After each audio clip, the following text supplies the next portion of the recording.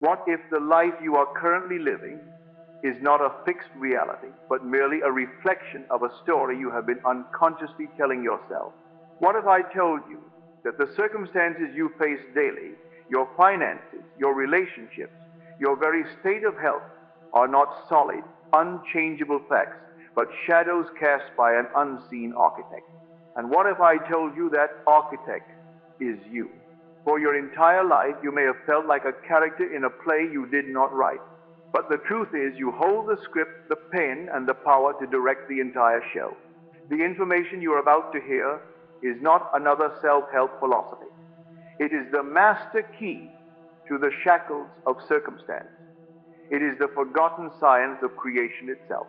The decision to keep watching is the decision to stop being a reflection of the world and to finally command the world to be a reflection of you. If you are ready to awaken the architect within and build the reality you truly desire, then your real life begins now. My friends, I invite you to join me this evening, not as students attending a lecture, but as explorers embarking on the most significant journey of your existence. We are here to venture beyond the familiar shores of our perceived reality, to navigate the deep, silent waters of consciousness, and to discover a truth so fundamental, so powerful, that its rediscovery will mark the end of your life as a creature of circumstance and the beginning of your life as its creator. We begin with a question that has haunted the heart of humanity since the dawn of time. Are we the masters of our fate, or are we merely puppets in a play whose script has already been written? For most, the evidence of their senses provides a swift and disheartening answer. They look upon the world and see a fortress of unchangeable facts. They feel the weight of their past, the limitations of their present, and the uncertainty of their future. They live within a world that appears to be solid, external, and utterly indifferent to their deepest desires. Their lives become a series of reactions, reacting to the news, reacting to the economy, reacting to the opinions of others, reacting to the state of their own bodies. They live as passengers on a ship they do not command, tossed about by the violent winds of chance, forever hoping for a favorable tide that may never arrive. This feeling, my friends, is the great slumber of humanity. It is the pervasive, collective dream that we are small and the world is vast, that we are powerless and circumstances are all powerful. We have been taught to believe that success is a prize to be won through struggle, that happiness is a fleeting visitor, and that our worth is something to be proven to a world that acts as both judge and jury. We are told to work hard, to fight against the odds, to hope for the best but prepare for the worst. This philosophy, while born of good intentions, is built upon a foundational lie, and that lie is the belief that your life is happening to you. Tonight, I am here to tell you that your life is not happening to you. It is happening through you. It is flowing from you. The world you experience, in all of its intricate detail, is not a cause, but an effect. It is a magnificent, three-dimensional mirror reflecting back to you the reality you have first constructed within the sacred, silent chambers of your own consciousness. You have never been a passenger. You have never been a victim. You have never been a puppet. You have, from the very beginning, been the unseen architect, the silent author, the dreaming God who shapes and animates the very world you now perceive as separate from yourself. This is a truth so profound, it may startle you. Your reason may rebel against it, for it contradicts a lifetime of evidence. But the evidence you have gathered has been collected from the world of shadows. Tonight we turn our attention away from the shadows and look directly into the light of your own wonderful human imagination. For your imagination is not a faculty for idle fantasy or a mechanism for escape. It is the very creative power of God in action. It is the divine womb from which all realities are born.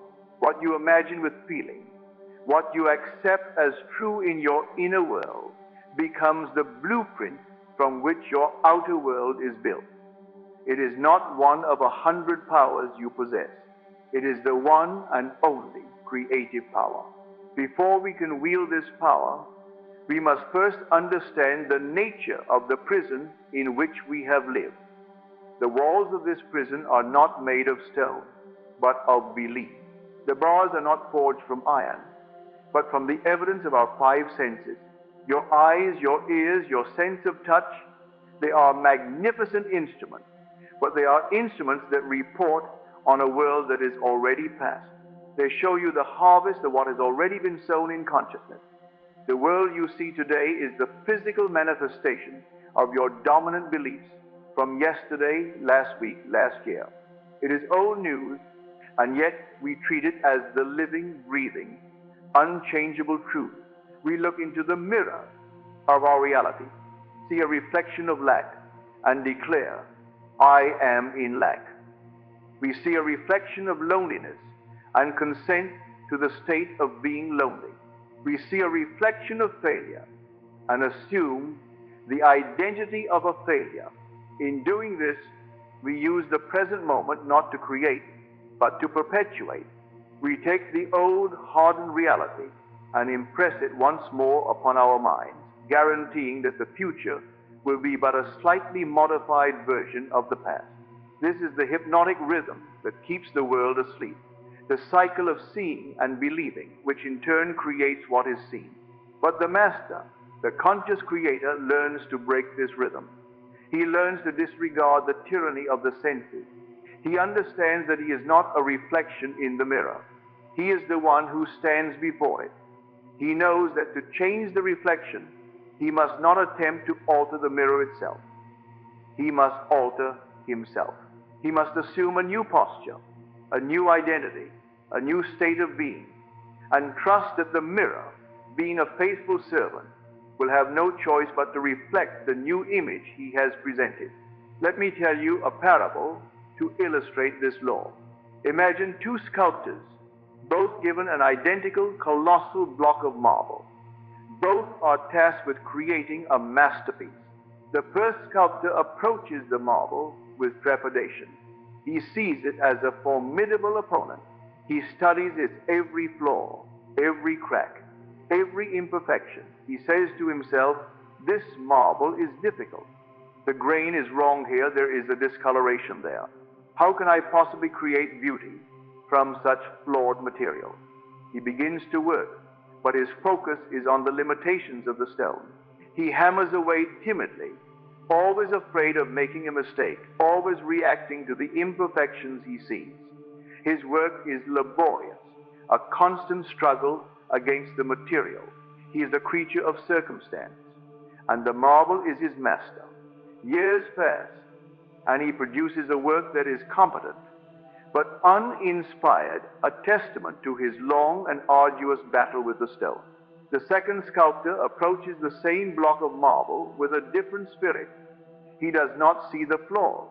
He does not see the stone as an opponent. He closes his eyes, and in his imagination, he sees not the marble, but the masterpiece that is already sleeping within it. He sees the perfect form, the graceful lines, the living beauty. He falls in love with this inner vision. His work is not a struggle against the stone, but a joyous act of releasing the beauty he has already seen. He does not react to the marble's imperfection.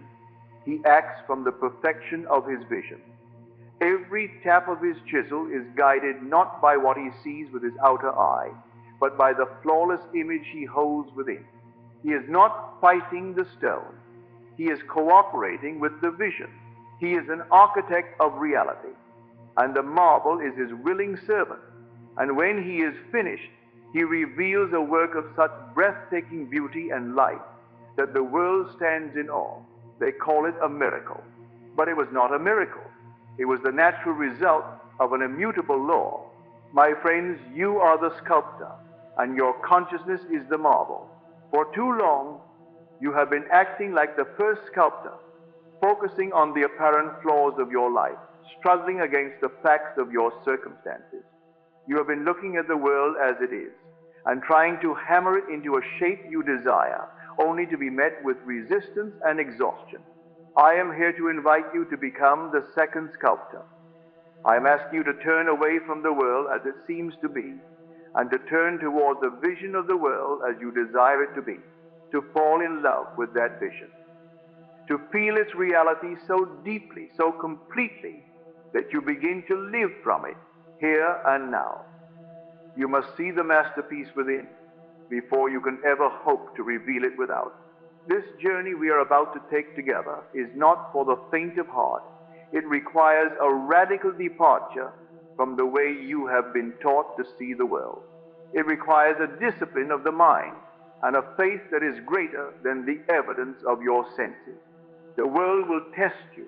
Your own habits of thought will rebel. The old self will try to reassert its dominance, whispering doubts and reminding you of past failures. It will present you with the hard, cold facts and tempt you to fall back into the comfortable sleep of the victim. Therefore, the decision to continue listening, to engage with these ideas, must be a conscious one.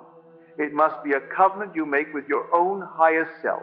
It is a declaration that you are ready to stop being a creature of reaction and start being a force of creation. It is an agreement to take full, 100% responsibility for your life, not by blaming yourself for the past, but by recognizing your absolute power to create the future. In our time together, we will not merely discuss a philosophy. We will unveil a practical, workable science of reality. We will explore the sacred laboratory of the mind, where worlds are conceived. We will learn the immutable law of assumption, which is the very mechanism of creation.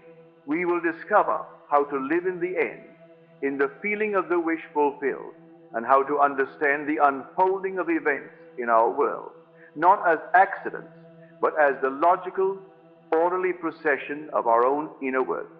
We will learn how to rewrite our past through the divine art of revision, and how to navigate the necessary seasons of solitude that accompany all great transformation. This is the great work. It is the most important work you will ever do. For in learning to consciously create your own reality, you are not just acquiring things or changing circumstances. You are remembering who you have always been. You are awakening the unseen architect within. You are reclaiming your divine birthright as a creator, a chooser, a dreamer who dreams awake. So, I ask you now to let go of the world you have known. Let go of the person you have believed yourself to be. Open your mind, open your heart, and prepare to step into a new understanding of life, an understanding where you are not at the mercy of your world, but where your world is and always has been at the mercy of you. If you are ready to claim this power, if you are ready to become the master of your own magnificent destiny, then let us together begin. My friends, we now stand at the threshold of the first great gate of understanding. Before we can learn the art of building, we must first comprehend the nature of the universe in which we build. Before we can become the masterful sculptor, we must understand the true substance of the marble. The principle we are about to explore is not one of many truths. It is the one truth from which all others are born. It is the foundation upon which the entire edifice of a consciously created life is built. If you can grasp this principle, not merely with your intellect, but with the feeling of your entire being, the rest of our work together will not be a struggle, but a joyous unfolding. This first and most fundamental principle is this: consciousness is the one and only reality. I ask you to let those words sink deeper than your ears. Let them bypass the sentinels of your rational mind, which will immediately cry out in protest, armed with a lifetime of contrary evidence. Let these words find a home in the silent, knowing center of you. Consciousness is not a part of reality. It is not a force within reality. It is reality itself. There is nothing outside of it. The play of shadows. From the moment you were born into this world, you were entered into a grand and convincing play. You were taught the names of the other actors, the rules of the stage, and the nature of the props. The stage itself, the world of space, of time, of seemingly solid objects and unchangeable circumstances, appeared to be the ultimate reality. You were told that you were a character, a small and often insignificant player, whose role was largely determined by the script of fate, the direction of society, and the actions of the other actors. And so, you have played this part faithfully. When the script called for sorrow, you wept. When it called for struggle, you toiled. You have lived as a magnificent actor, giving a convincing performance of a person who is subject to life rather than its author. You have looked to the world for your cues, believing that your inner state must be a reaction to the external play. If the world presents a scene of lack, you feel one. If it presents a scene of conflict, you feel distress. This, my friends, is the great hypnosis. It is the spell under which all of humanity slumbers. You have mistaken the shadows on the wall for the reality that casts them. The entire phenomenal world, everything you can see, hear, touch, and measure, is a world of shadows. It has no substance of its own. It has no power to act. It only has the power to reflect. The one and only substance, the one and only power that casts these shadows is your own consciousness, your awareness of being. That simple, profound feeling of I am is the light of the world. And the beliefs, assumptions, and feeling states you entertain within that awareness are the forms which that light projects onto the screen of space. You may protest, but these circumstances feel so real. This debt is real. This sickness is real. This loneliness is real. And I do not deny their apparent reality. A shadow can seem very real, very dark, and very solid. You can believe in the shadow so completely that you forget it is merely the absence of light caused by something standing in the way. The work of the Master is to stop looking at the shadow and to turn his attention to the light and the form that casts it. The form is your state of consciousness, the anatomy of a state. What do I mean when I say a state of consciousness? A state is a collection of beliefs, feelings, and assumptions which you accept as true about yourself. It is an attitude of mind. You are, at every moment of time, dwelling in a particular state. There is a state of poverty and a state of wealth. There is a state of sickness and a state of health. There is a state of being wanted and a state of being unwanted. These are not conditions that are imposed upon you from without. They are attitudes of mind which you have occupied from within. You may have entered them unconsciously, through suggestion, through experience, through the beliefs of your parents or your society. But you entered them nonetheless. And as long as you remain in a state, you must experience the world that belongs to that state. A man in the state of poverty will walk down the street and see only evidence of lack. He will notice the shuttered shops, hear conversations of economic hardship, and feel the anxiety of every dollar spent. The world, for him, is a confirmation of poverty. Another man, walking down the very same street, but dwelling in the state of wealth, will see a completely different world.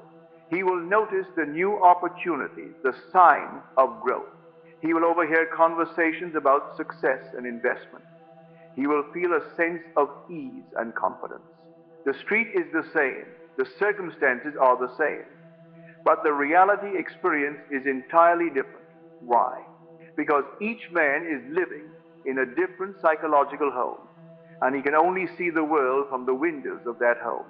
You do not attract what you want. You attract what you are. And what you are is determined by the state of consciousness in which you live and move and have your being. The world has no choice but to conform to the assumptions of your state. It is law, as impersonal and as certain as the law of gravity. If you drop a stone, it will fall. If you remain in a state, you will experience the results of that state. The parable of the weaver. Let us imagine a master weaver who sits before a great silent loom. The threads he uses are not of wool or silk, but of pure feeling, of pure belief. The loom itself is the subconscious mind, and the tapestry it weaves is the weaver's waking world. A novice weaver approaches this loom with hands that tremble. He has been told that the tapestry is a matter of luck, that the patterns are largely outside of his control. He takes whatever threads are given to him by the world, the gray threads of fear, the coarse threads of doubt, the tangled threads of resentment. He weaves them reactively, his pattern dictated by the events of his day. If he hears bad news, he weaves in a dark color. If he feels slighted, he weaves a knot of anger. His tapestry becomes a chaotic and muddy reflection of his reactions. He looks upon it and sighs. Such is my lot in life, never realizing that his own hands have woven every inch of it. But the master weaver approaches the same loom with a serene confidence. He pays no mind to the pile of threads the world has offered him. He reaches instead into the infinite basket of his own imagination and pulls out the threads he has chosen. He selects the golden thread of abundance, the vibrant red of love, the deep blue of peace, the silver thread of success. He does not wait for the tapestry to show him a beautiful image before he feels joy. He feels the joy, the love, the peace of his desired outcome first, and that feeling becomes the thread he uses. He closes his eyes and sees the finished masterpiece in his mind. He feels the texture of the completed work, the admiration it will receive. He dwells in the feeling of the work already being perfectly done, and from that state of fulfillment, he begins to weave. His hands move with ease and grace. His pattern is not a reaction, but a creation. He is weaving not what is, but what he has decreed shall be. And the loom, being a faithful servant to his inner vision, produces a tapestry of such beauty, harmony, and richness that it seems to be a miracle. But it is not a miracle. It is the result of the weaver understanding that he is not the servant of the loom, but its master. The threads are not his circumstances. The threads are his assumptions. You, my friends, are this weaver. Your every feeling, your every assumption is a thread you are weaving into the tapestry of your life. This very moment, are you weaving consciously from the vision of your fulfilled desire, or are you weaving unconsciously, reacting to the shadows of the world? This is the most important question you will ever answer. The illusion of free will in the unawakened. Many believe they exercise free will through their actions in the world. They think, I will choose to work harder, or I will choose to go to this place instead of that. But I tell you, for the man who is asleep, who is not aware of his state of consciousness, there is no true free will. His actions are not choices.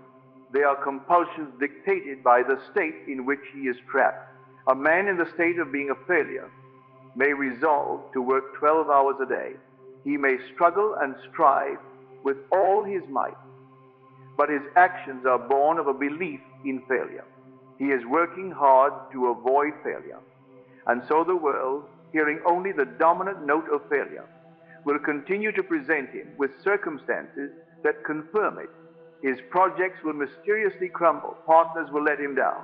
The market will turn against him. The world is not punishing him. It is simply being obedient to the law of his own being. He is free only to act in accordance with the state he occupies. True free will is not the freedom to act, but the freedom to choose your state of consciousness. This is the only real freedom you have. You cannot choose to be wealthy while remaining in the state of poverty. But you can choose to abandon the state of poverty and move into the state of wealth. And how do you do this?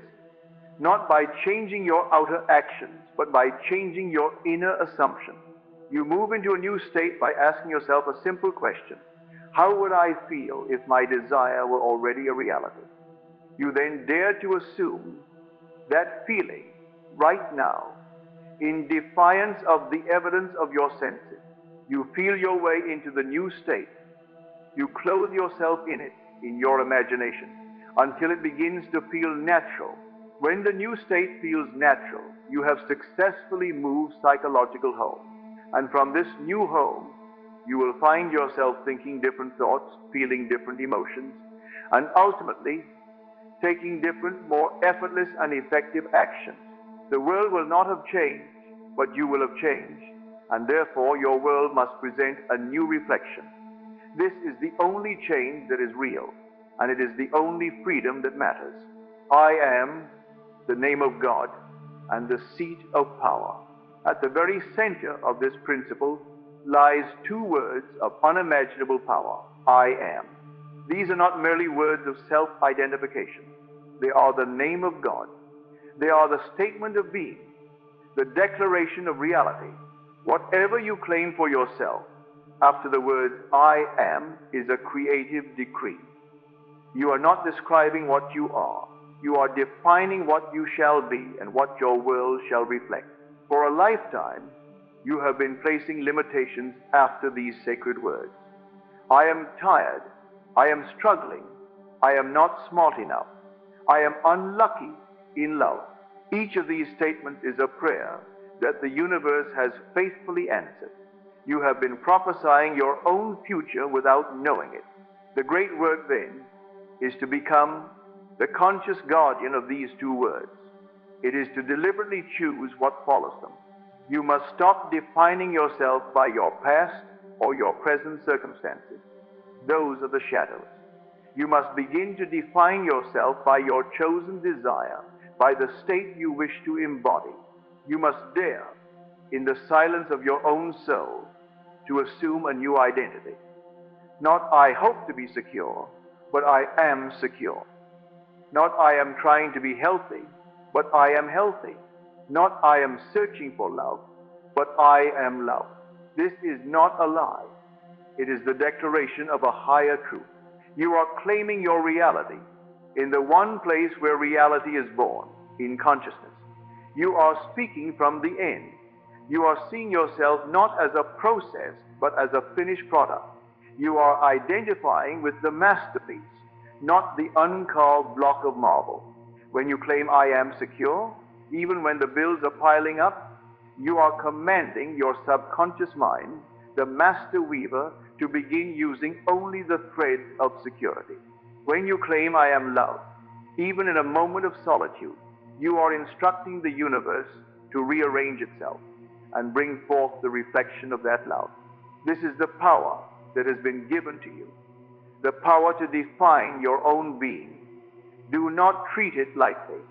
Do not speak idly, for your every I am is a seed you are planting in the fertile ground of the one and only reality, which is your own wonderful consciousness.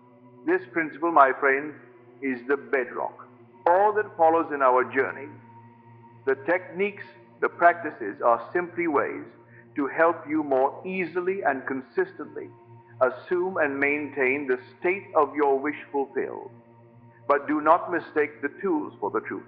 The truth is this: you are, at this very moment, what you are conscious of being, and your world is, and always will be, the perfect reflection of that inner state. Therefore, the question is no longer what the world will do to you.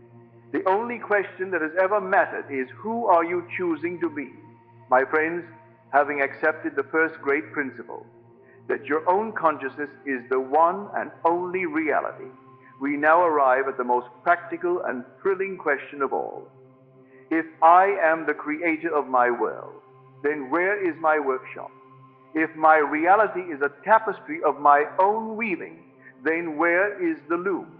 I tell you, that workshop is not in some distant heaven, nor is the loom in the hands of an external God. The workshop, the loom, the very clay of creation, is your own wonderful human imagination. We must now redefine imagination. You have been taught to think of it as a whimsical faculty for make-believe, a playground for idle daydreams, a refuge for escapism. You have been told to stop imagining things and get back to reality. But I am here to tell you that what you imagine is the only reality.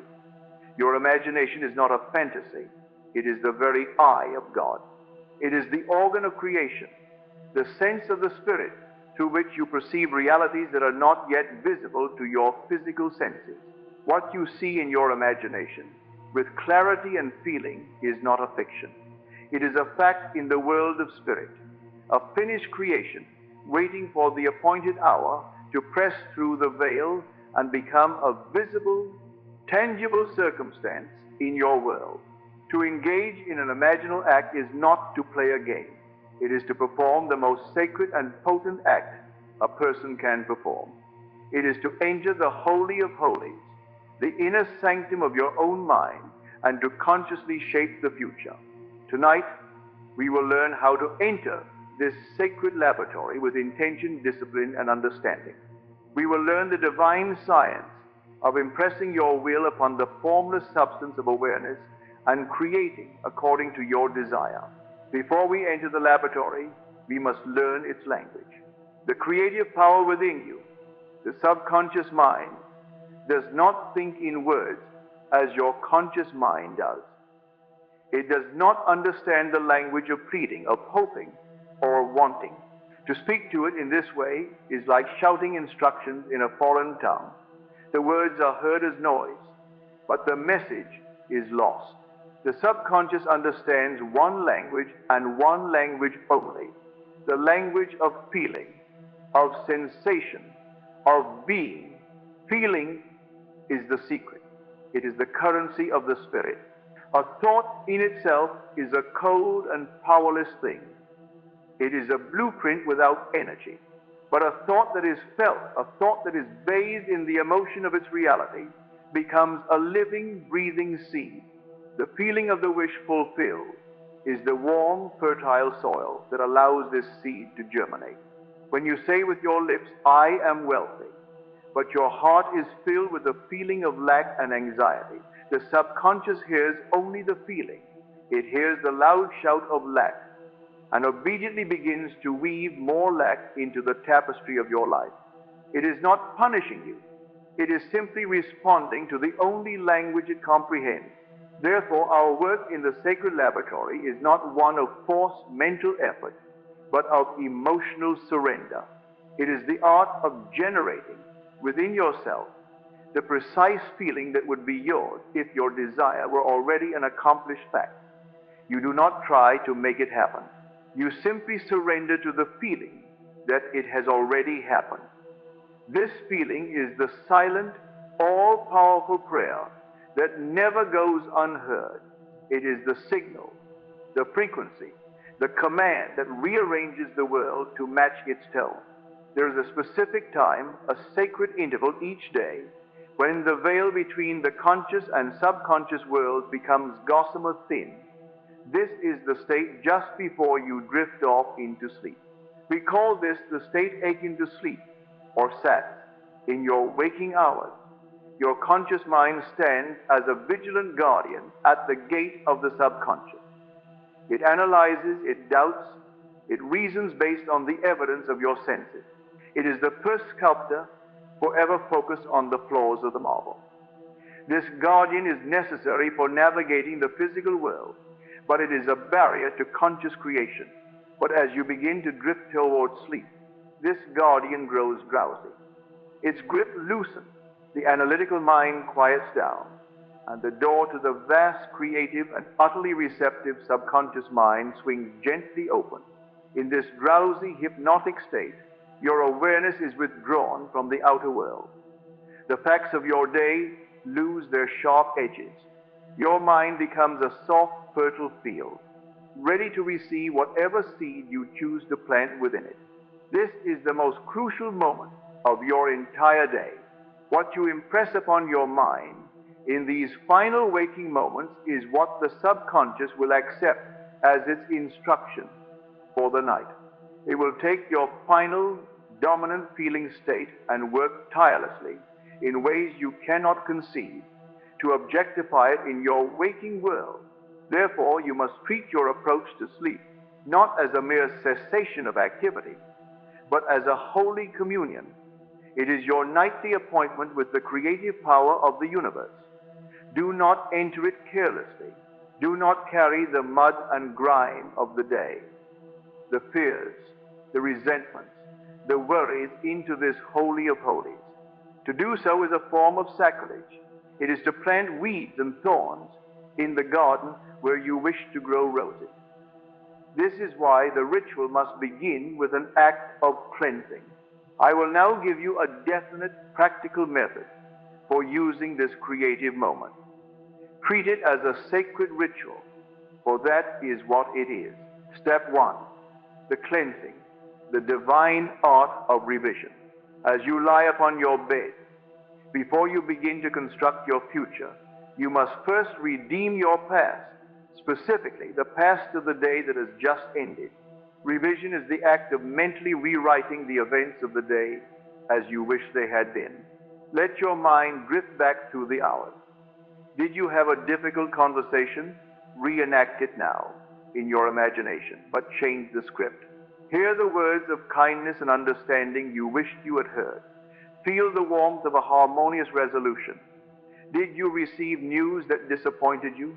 Mentally rewrite the letter or replay the phone call. But this time, receive the news that would have thrilled you. Feel the joy and relief flood your being. Did you feel you made a mistake or acted poorly? Reimagine the scene, but see yourself acting wisely, lovingly, and perfectly. Do not see this as a childish game. Revision is a powerful form of mental and spiritual hygiene. By revising the day, you are neutralizing the negative impressions that would otherwise fester in your subconscious. You are refusing to accept any unpleasantness as final. You are, in effect, cleansing the soil of your mind, ensuring that no bitter roots from today will sprout in your tomorrow. You are forgiving yourself and others, not by word, but by deed, the deed of a corrected imaginal act. When you have revised the day and feel a sense of peace and completion, you are ready to plant.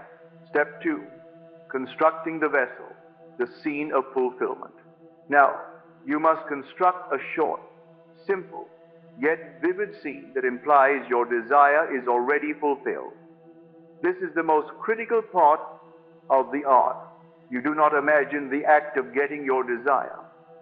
You do not imagine the process, the journey, or the moment of receiving. You imagine a scene that would naturally take place after your desire has been realized. The scene must always imply fulfillment. Let us be practical. If you desire a promotion, do not imagine your boss telling you that you have the job. That is still in the process. Instead, imagine a scene one step beyond. Perhaps you are at home, speaking to a loved one on the phone. You feel their hand in yours. In imagination, as you say, with quiet satisfaction, I can't believe I'm already sitting in the corner office. Feel the reality of those words. If you desire to be healed, do not imagine the process of healing. Imagine your friend telling you, "You've never looked better." See their face, hear their voice, and feel the vibrant health and energy within your own body as you reply, "I've never felt better." If you desire a specific sum of money, do not see a check coming in the mail. See yourself after you have deposited and paid all your bills. Imagine the feeling of profound relief, looking at your bank statement and seeing a healthy balance. Feel the freedom from financial pressure. That feeling of relief is the state. The scene must have 3 qualities. It must be short. A single, simple action or phrase. It must be sensory. You must see, hear, touch, or even smell the details. The more sensory richness, the more real it will feel. It must be from a first-person perspective. You are not watching a film of yourself. You are the actor. Your hands are your hands. Your eyes are your eyes. Once you have constructed this scene, you have built the vessel. Now you must fill it with life. Step 3, breathing life into the form, the infusion of feeling. With your scene clearly in mind, you must now bring it to life with feeling. Relax your body. Let every muscle go limp. And then enter your scene. Loop it in your mind. See and feel yourself performing the action over and over. As you repeat the scene, a feeling will begin to arise within you. It may be subtle at first, a quiet joy, a gentle satisfaction, a sense of profound relief. This is the feeling of naturalness. You must persist until the imaginal act takes on the tones of reality. It should no longer feel like you are pretending. It should feel real, more real, in fact, than the bed you are lying on. You are not forcing an emotion. You are allowing the reality of the scene to generate its own natural feeling within you.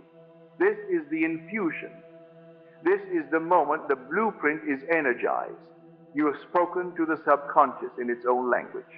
Step 4, the great surrender, drifting into the knowing. As you continue to loop your scene, feeling its reality more and more deeply, you will naturally begin to drift off to sleep. You must allow this to happen. Your goal is to fall asleep in the scene, or at the very least, carrying the feeling of the scene with you across the threshold into the unconscious. This is the act of surrender. It is the release. It is the dropping of the seed into the fertile, dark soil. Once the seed is dropped, your conscious work is done. You do not continue to strive or worry. You surrender to the process, knowing that the power that germinates the physical seed is now at work on your spiritual one. You fall asleep, not as the person who wants the desire, but as the person who has it. You drift into slumber in a state of quiet, satisfied knowing. Imagine a great architect who has designed a magnificent cathedral. He has spent months perfecting the blueprint. Every arch, every window, every stone is perfectly rendered in his design. This blueprint is his finished imaginal act. He then hands this blueprint to the master builder. The builder represents the subconscious mind, the immense unseen forces of creation. The builder does not question the design. He does not ask, is this possible? He does not argue about the difficulty. His nature is simply to build exactly what is on the blueprint. Now, what would you think of the architect if, after handing over the plans, he stood over the builder's shoulder every day, worrying, are you sure you're using the right stones? Shouldn't that arch be higher? When will it be finished? The builder, unable to work under such constant interference and doubt, would eventually be paralyzed. The cathedral would never be built. The wise architect does not do this. Once he has perfected his blueprint and handed it over, he trusts the builder. He rests in the serene confidence that the work is being done. He goes about his life as one who knows his cathedral is already rising, even before a single stone is laid. He knows the builder is faithful, and that the finished structure will be a perfect reflection of his inner vision. My friends, you are the architect. Your imaginal act is the blueprint. Your subconscious is the master builder. Your work is to perfect the blueprint in the sacred laboratory of your mind. Once you have impressed it with feeling and surrendered it to sleep, you must trust the builder. You must walk through your days in the assumption that the work is being done, to worry, to look for signs, to question the process, that is, to interfere with the master builder, and to delay the construction of your own magnificent life. Plant the seed and let it grow. Your work is done. Now, you must simply wait in the knowing of the inevitable harvest. My friends, we have journeyed together into the silent, sacred laboratory of the mind. We have learned the divine science of planting a seed in the fertile ground of the subconscious through a feeling imaginal act. This is the first and most crucial half of the great work. The seed is now planted. The creative act in the world of spirit is finished. But what of the world of Caesar? What of the hours between one night's sacred ritual and the next? A gardener who plants a precious seed does not then abandon the garden to the harsh sun and choking weeds. He nurtures it. He protects it. He walks with the quiet confidence of one who knows the harvest is assured. This is where we must now turn our attention. For the work done in the drowsy state before sleep must be supported by the discipline of your waking hours. This discipline is the law of assumption. It is the art of living in the end. To assume is to accept something as true without the need for external proof. The law of assumption dictates that what you assume to be true with persistence and feeling will inevitably harden into fact in your world. Your life is not shaped by your wishes, your hopes, or your fleeting desires. Your life is the perfect, externalized form of your dominant assumptions. To live in the end is to live your life, moment to moment, from the state of your wish already being fulfilled. You do not look for it, you look from it. You do not wait for it, you live in it. This is the great secret that separates the master from the novice, the creator from the creature of circumstance. The novice hopes his desire will come to pass. The master knows it has already come to pass in the only reality that matters consciousness, and he simply allows the world of shadow to catch up, to truly understand assumption. Think of a master actor preparing for the role of a lifetime. He is cast to play a great and noble king. A mediocre actor would simply memorize the lines. He would put on the costume and mimic the gestures he thinks a king should make. But when the curtain falls, he immediately sheds the role and becomes his old familiar self again. His performance is hollow because he is acting the part, not living it. But a master actor approaches it differently. He does not merely study the lines, he seeks to inhabit the consciousness of the king. He asks, what would it feel like to be a king? How would a king think? How would he view the world? What would be his dominant feeling state? He reads, he studies, he meditates until he finds that kingly feeling within himself. He begins to walk differently, to speak differently, even when he is not on stage. He carries himself with a quiet authority. He is not pretending to be a king. He has, in his own imagination and feeling, become the king. The role is no longer a costume he wears, but the very skin he lives in. And when he finally steps onto the stage, his performance is not a performance at all. It is a revelation. It is so authentic, so powerful, that the audience forgets they are watching an actor. They see only the king. This, my friends, is what I am asking of you. Your desire, be it for wealth, love, health, or success, is the role you have been cast to play. For too long you have been playing the part of the one who is seeking, the one who is lacking. You have given a convincing performance of a person still waiting for their desire to arrive. Now, you must abandon that old role. You must have the audacity to assume the consciousness of your fulfilled desire. You must become the master actor who no longer wants to be the king, but who walks through his day with the inner knowing, I am the king. You are not to pretend, you are to be. This is the essence of living in the end. How is this state of being sustained throughout the day, amidst the chaos and contradictions of the outer world? It is sustained through the vigilant guardianship of your own mind, specifically through the control of your inner conversations. Your mind is a stage upon which a constant stream of conversations is taking place. You are all day long talking to yourself. You are replaying arguments, anticipating conflicts, justifying failures, and worrying about the future. You may not be aware of it, but these silent inner conversations are the prayers that are constantly shaping your world. Your world is a physical manifestation of your dominant inner speech. A man who wishes for success, but who spends his day internally arguing with his boss or complaining about his colleagues, is praying for conflict and frustration. He may perform the nightly ritual perfectly, planting the seed of success, but then he spends his entire day pouring the poison of his negative inner talk upon that fertile ground. Is it any wonder the seed fails to sprout? You must become the master of your inner conversations. This is the great work of the waking hours. You must begin to listen to what you are saying to yourself. And when you catch yourself engaged in a conversation that contradicts the reality of your wish fulfilled, you must not condemn yourself. You must simply revise it. Let us say your desire is to be financially secure, but you find yourself internally worrying about an upcoming bill. You have caught the thief in the act. In that moment, do not follow the worry down its dark path. Stop and consciously change the script.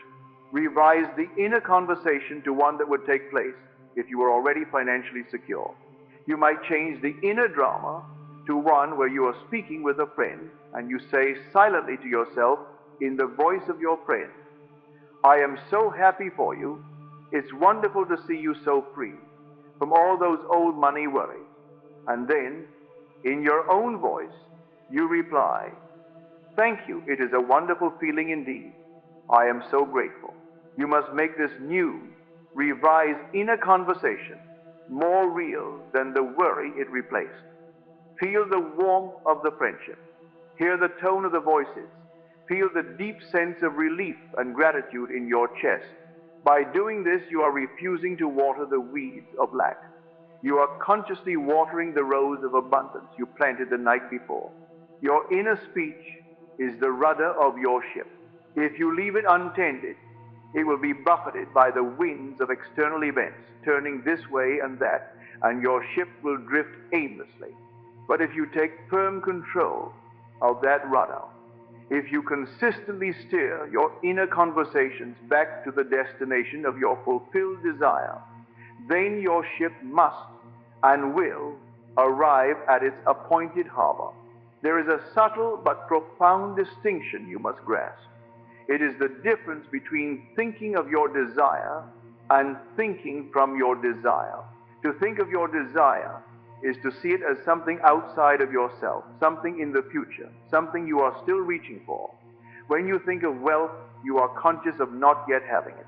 When you think of the perfect relationship, you are acutely aware of your current solitude. Thinking of your desire perpetuates the state of wanting, and the universe, in its perfect obedience, will give you more experiences of wanting. To think from your desire is to have already mentally and emotionally arrived at your destination. You are no longer looking at the goal from a distance. You are looking at the world from the perspective of that goal already being achieved. Imagine a man who has been climbing a great mountain. For weeks, all his thoughts have been of the summit. He thinks of the struggle, the distance, the hope of reaching it. But then, one day, he takes the final step. He is now standing on the summit. His thoughts are no longer of the summit. He is now thinking from the summit. His perspective has changed. He now looks down at the path he has traveled, sees the world from a new vantage point. His entire mental landscape has shifted. This is the shift you must make in consciousness. You must stop thinking of the day you will be successful and start thinking from the perspective of already being a success. How does a successful person think about their day? About challenges? About opportunities? You must assume that mindset now. You must stop thinking of the day you will be healed and start thinking from the state of perfect health. How does a healthy person feel when they wake? What thoughts do they have about their body and their energy? You must occupy that consciousness now. This is not a game of intellectual pretense. It is a genuine shift in your center of gravity. You are moving your psychological home. When you live from the end, your inner conversations change naturally. Your feelings shift. Your reactions to the world are different. You are no longer the climber looking up at the mountain with longing. You are the one standing on its peak, looking out at the world with the quiet confidence of knowing it is done. In the great scriptures, it is said that after the work of creation, God rested on the seventh day. This is not a story about a historical event. It is a profound psychological drama that must take place within you. The Sabbath is a state of mental rest, a stillness of the mind that follows a successful imaginal act. It is the state of "it is finished." Once you have successfully performed your ritual in sadness, and you are walking through your day in the assumption of your wish being fulfilled, you must enter this mental Sabbath. This does not mean you become lazy. or inactive in the outer world. It means you cease from all anxious mental effort. You stop striving, stop worrying, stop looking for signs, stop trying to make it happen. You have planted the seed. The creative act is done. Now you must rest in the confidence that the seed has taken root and will grow in its own perfect timing. To constantly check for results, to feel anxious that it isn't here yet, to wonder if you did it right. This is to break the Sabbath. It is the sign of the unfaithful architect who does not trust his builder. It is a state of agitation, and it introduces doubt, which can neutralize the seed you have planted. How do you cultivate this state of rest? Through gratitude. When you are truly grateful for something, it is because you recognize you already possess it. Walk through your day with a heart full of gratitude for your desire, as though it were already a tangible reality. Feel the thankfulness for your perfect health, for your abundant wealth, for your wonderful relationships. This feeling of gratitude is the hallmark of the Sabbath. It is the ultimate sign of faith, for you are giving thanks for something that your physical senses still deny. When you are in the Sabbath, you are unshakable. If someone brings you news that contradicts your assumption, you do not react with fear or despair. You hear it, but you do not accept it. Your inner reality, the truth of it, is finished, is more real to you than their report of the world of shadow. You remain calm, at peace, resting in the certainty of your completed imaginal act. This inner stillness, this unwavering faith, is the most powerful catalyst for manifestation. It is the perfect condition for the seed to grow, undisturbed, into its full and glorious expression. Your only work now is to remain faithful to the assumption to keep the Sabbath. Live your life, perform your daily tasks, but do it all from the inner center of peace and knowing. The world will test your faith, but your faith, if you persist in it, will change your world. We have now laid the foundation of the creative life. You understand the principle. You have been given the key to the sacred laboratory, and you know the discipline of the waking hours. The journey from here requires a commitment to no longer be a passive observer of your life, but to become its conscious architect. If this truth is resonating within you, if you feel the stirring of the creative power that has slept for so long, then I invite you to make a small but significant assumption right now. Assume the identity of a person who is dedicated to mastering this law. Take a moment to subscribe to this channel and turn on notifications. Think of it not as clicking a button, but as a conscious declaration to the universe. It is your first act of assuming a new reality, a reality where you consistently feed your mind with the truth of your own divine power. Join this community of creators and let us continue this sacred work together. Now, let us return to the architecture of your new world. My friends, we have traveled far. We have established the great truth that consciousness is the only reality. We have entered the sacred laboratory of imagination and learned the divine science of planting the seed of our desire. And we have committed to the waking discipline of living in the end, of maintaining the assumption of our wish fulfilled. At this point on the path, a man who has faithfully performed this work stands at a precipice. He has made a bold and glorious declaration in the inner world. He has claimed his inheritance. He now turns his eyes to the outer world, the world of Caesar, and he waits. And as he waits, the most human and faith-testing questions of all begin to arise in his heart. If my imaginal act was a finished creation, why do I still see the old, unwanted circumstances? If I have planted the seed, where is the harvest? Is this strange event a sign that it is working, or is that unwelcome news a sign that it has failed? How long must I wait? These questions are the whispers of the old self, the voice of the rational mind that has been trained to trust only what it can see and touch. This is the moment where the journey is won or lost. It is where the majority of seekers falter and turn back concluding that the promise was a beautiful fantasy, but not a workable law. Tonight, we will fortify this position. We will build an unshakable fortress of understanding around your faith. We will dissect the nature of the physical world, the meaning of sign, and the illusion of delay, so that you may not only endure this interval, but may come to see it as a beautiful, necessary, and perfectly orchestrated part of your creation. We must now understand the world, not just as a mirror, but as a delayed mirror. Imagine you are the captain of a colossal ocean liner, sailing across a vast placid sea. This great ship represents your physical reality, your life with all its momentum and history. For years, you have been sailing north into the cold waters of lack and limitation. The ship is immense, and it carries the inertia of all your past assumptions. Now, standing at the helm, you have made a new decision. You have performed your imaginal act. You have turned the ship's rudder, which is your consciousness, firmly toward the south, toward the warm sunlit waters of your fulfilled desire. The rudder has turned.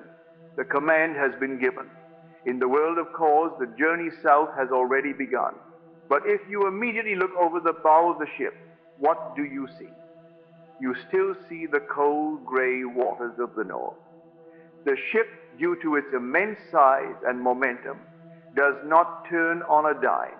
It begins a slow, majestic, and certain turn. A man of little faith would look at the water and cry, "It has not worked. The rudder is broken. We are still going north." He would then panic and wrench the rudder back to its old position, thereby ensuring he remains forever in the northern sea. But the wise captain, the master of his vessel, does not panic.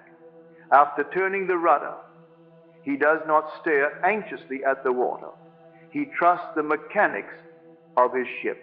He knows the turn has begun, even if the senses cannot yet perceive it.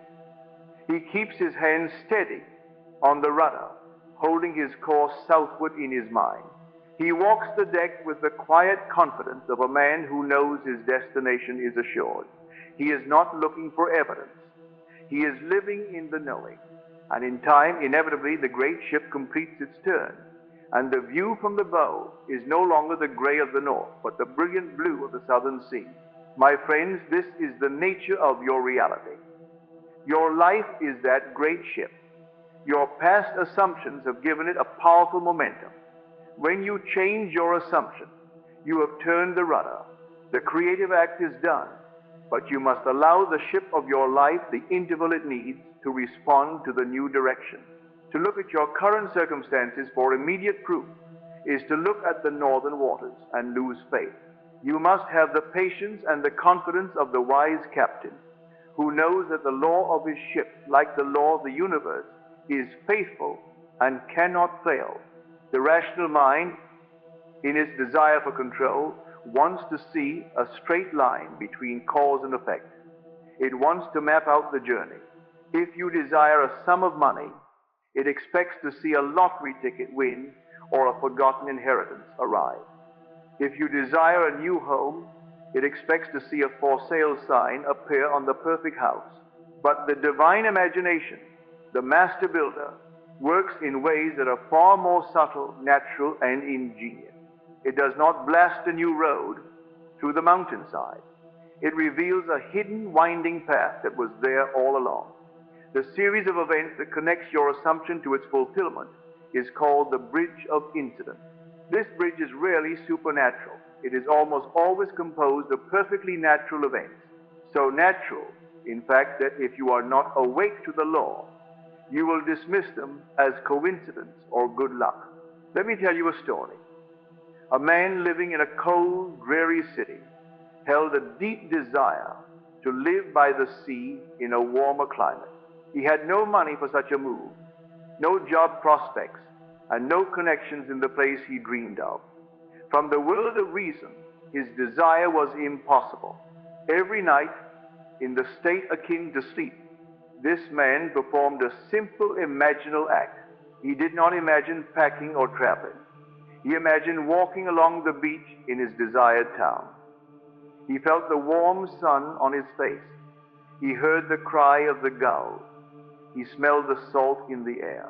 And most importantly, he felt a deep, peaceful sense of being at home. He did this faithfully, night after night. And during the day, he went about his life in the assumption that he already was a resident of that seaside town. What happened next? Did a check for $1 million appear on his doorstep? No. A few weeks later, his company announced a major restructuring. His entire department was being eliminated. To the man of reason, this was a catastrophe, a sign of failure, the exact opposite of his desire. His colleagues panicked. But this man, having kept the Sabbath, remained strangely at peace. 2 days later, he received a call from a former colleague who had left the company years before. The colleague said, "I heard about what happened. It's a long shot, but my small company down here in California is looking for someone with your exact skills. The pay isn't a huge increase, but the cost of living is lower, and we're 5 minutes from the beach. Do you see the bridge?" It was not a single miraculous event. It was a series of perfectly natural, even seemingly negative events. The disaster of losing his job was the very first plank in the bridge that led him to his fulfilled desire. Had he reacted with fear and despair, he would have broken the Sabbath, fallen out of his state, and the bridge would have dissolved. But because he remained faithful to his assumption, he was able to walk across the bridge that God, his own imagination, had built for him. You must trust this process. The bridge will appear. Your only work is to remain in the state of the wish fulfilled. Do not despise the events that unfold. Do not judge them as good or bad. Simply know that all things are working together to bring forth your assumption. Once you commit to this path, you will be tempted to look for signs. The human ego craves reassurance. It wants proof that its efforts are bearing fruit. And so it scans the horizon of daily events, searching for confirmation. This search for signs is one of the most subtle and dangerous forms of doubt. It is like the farmer who plants a seed and then digs it up every morning to see if it has sprouted. The very act of digging it up for proof is what destroys the unseen process of growth. When you are anxiously looking for a sign, you are not living from the end. You are living from a state of hopeful expectation, which is still a state of not having. Your inner conversation is, "I hope it's working. Is there any evidence yet?" And the universe, which only reflects your state, will obediently give you more experiences of hoping and seeking evidence. You must come to a place where you need no sign. The one and only sign you require is the change within yourself. Do you feel a quiet inner knowing? Has your anxiety about the desire subsided? Does it feel more and more natural to you, like a memory rather than a fantasy? This inner shift is the only sign you need. It is the infallible proof that the seed has taken root. All other signs are secondary. They are the first tender shoots, not the seed itself, but one of the other kind of signs. The seemingly negative event, the contradictory circumstance. This is the great test of faith. Let us say you have assumed the state of being wealthy. The next day you receive an unexpected bill. The rational mind screams, "It is not working." See, you are becoming poorer, not richer. This is the moment of crisis. How you react determines everything. The novice reacts with panic. He falls immediately out of the state of wealth and back into the state of lack. He has failed the test. But the master does not react. He sees the bill, acknowledges it, but he does not accept it as the final reality. He knows it is merely a shadow of the past, an echo of his old state playing itself out on the delayed mirror of the world. In the face of this contradiction, he calmly returns to his inner state. In his imagination, he revises the scene, seeing the bill stamped, paid in full. He feels the relief. He keeps the Sabbath. He remains the wise captain. holding the rudder firm in the face of a northern squall, knowing his ship is still turning south. Do not be moved by appearances. When the world presents you with a contradiction, see it not as a sign of failure, but as a test of your persistence. Your non-reaction, your calm return to the assumption, is the declaration that you, and not the world of shadows, are the sole creative power. Every time you pass such a test, your faith deepens and your assumption solidifies, hastening its own birth into the visible world. The final great barrier to faith is the illusion of time. How long, O Lord, how long is the cry of the human heart? We are creatures conditioned by clocks and calendars. We think in terms of past, present, and future. But from the perspective of consciousness of God, there is no time. There is only the eternal now. Creation is finished. Every possible reality, everything you could ever desire or imagine, already exists. It exists now as a potential state of consciousness within you. Your journey is not a journey through time to get something. It is a journey in consciousness to select something that already is. You are not creating your desire. You are becoming aware of the part of yourself that already possesses it. The delay you experience is not a measure of cosmic distance. It is simply the measure of the time it takes for you to persuade yourself of the reality of your new state. It is the time it takes for your assumption to become your dominant natural feeling. For some, this self-persuasion is instantaneous. For others, who have a lifetime of contrary belief to overcome, it may take longer.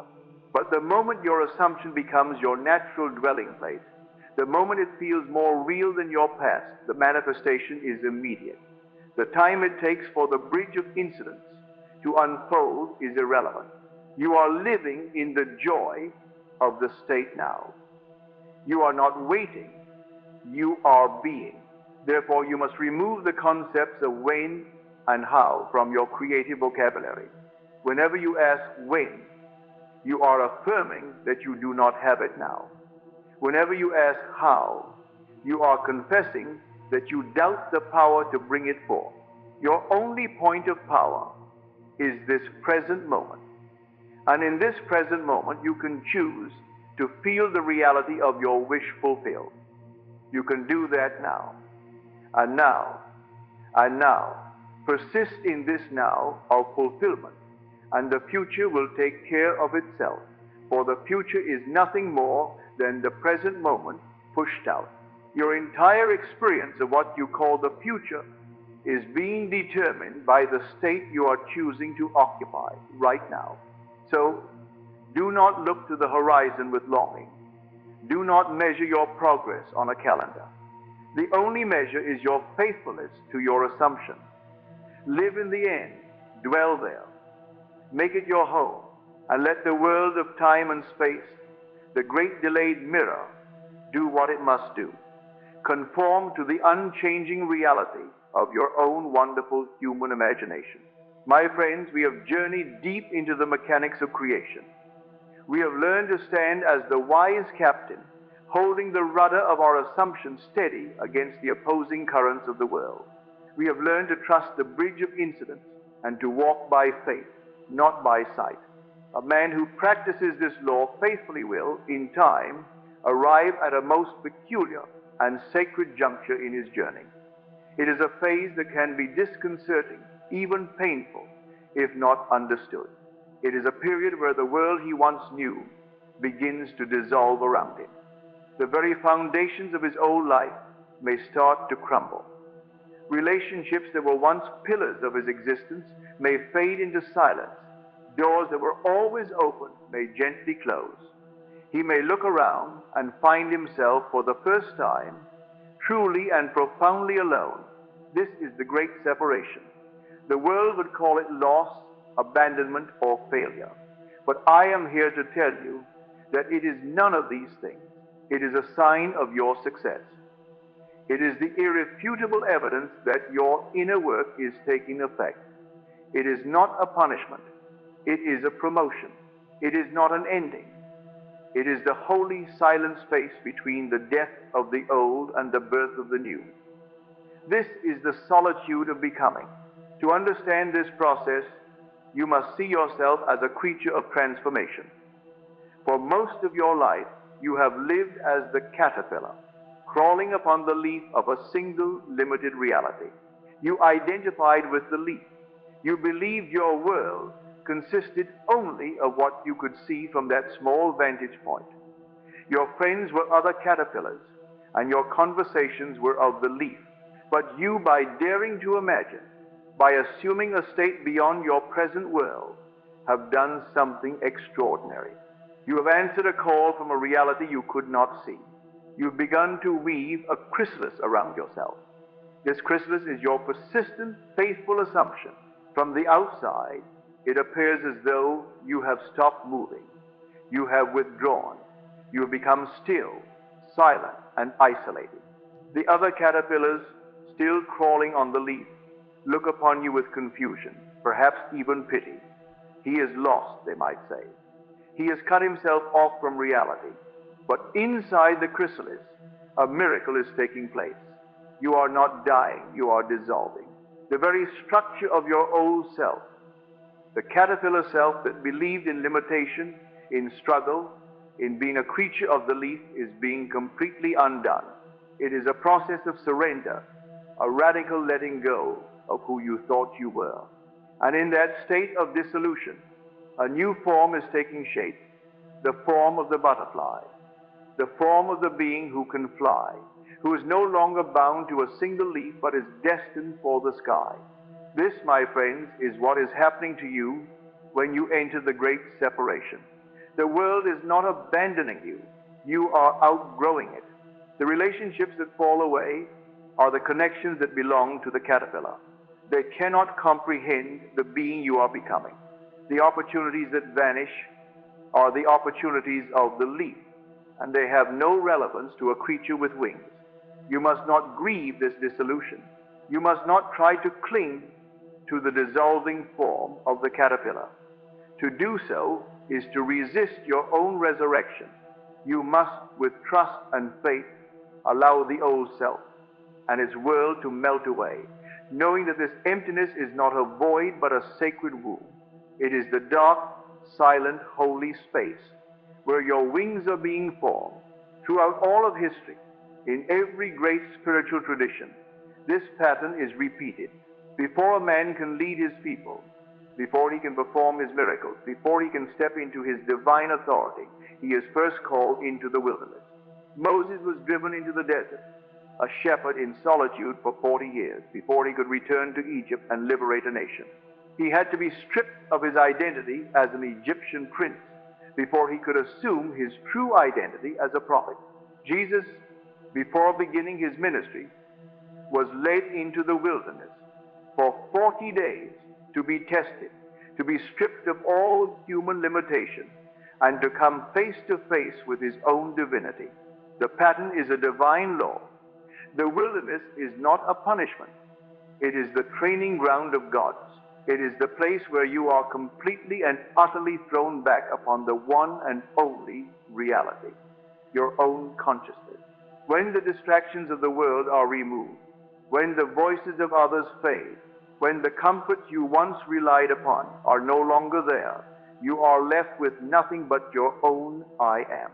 You can no longer draw your sense of self from your job, your relationships, or your bank account. You must find it in the one place it has always been, within you. This season of solitude is God's, your own awareness's way of asking you, now that everything else is gone, who are you? Do you still believe you are the man or woman of lack and limitation? Or will you finally, fully, and unconditionally assume the identity of the Creator you have always been? In the wilderness, your faith is no longer a pleasant philosophy. It becomes your only food, your only water, your only shelter. You learn to live by it, not just on occasion, but moment to moment. You learn to draw your sense of security, your sense of love, your sense of worth, directly from your own being, from your imaginal acts.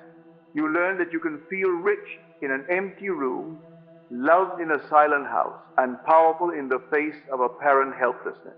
And as you master this, as you learn to sustain yourself on the manna of your own fulfilled imaginal states, you are becoming invincible. You are forging a strength that is not dependent on any external condition. The world can give you nothing, and it can take nothing away, for you have found the kingdom of heaven within. This is the purpose of the wilderness. It is not to abandon you, but to anoint you. Let me tell you a story. In a high, remote mountain range, a great eagle built her nest. One day, a tremor shook the cliffs, and one of her precious eggs was dislodged. It rolled down the mountain, tumbling gently through brush and grass, until it came to rest in the soft hay of a chicken coop in the valley below. A kind old hen, seeing the strange large egg, decided to care for it as her own. She sat on it, and in time, the egg hatched. A magnificent eaglet emerged, surrounded by a brood of fluffy yellow chicks. The eaglet grew up among the chickens. He learned to do what chickens do. He clucked and cackled. He pecked at the dirt for seeds and worms. He scurried for cover when the farmer's shadow passed over. And most importantly, he never looked up. His world was the dusty ground of the chicken coop. He truly and sincerely believed he was a chicken. One day, as he was pecking at the ground, a great shadow swept over the coop. He looked up against all his training and saw a majestic bird soaring effortlessly on the wind, its wings spanning the sky. A strange and powerful feeling stirred in the eagle's heart, a deep, painful yearning he could not name. "What is that?" he whispered to the hen beside him. The old hen clucked nervously. "That is the eagle," she said, "the king of the birds. But do not think of him.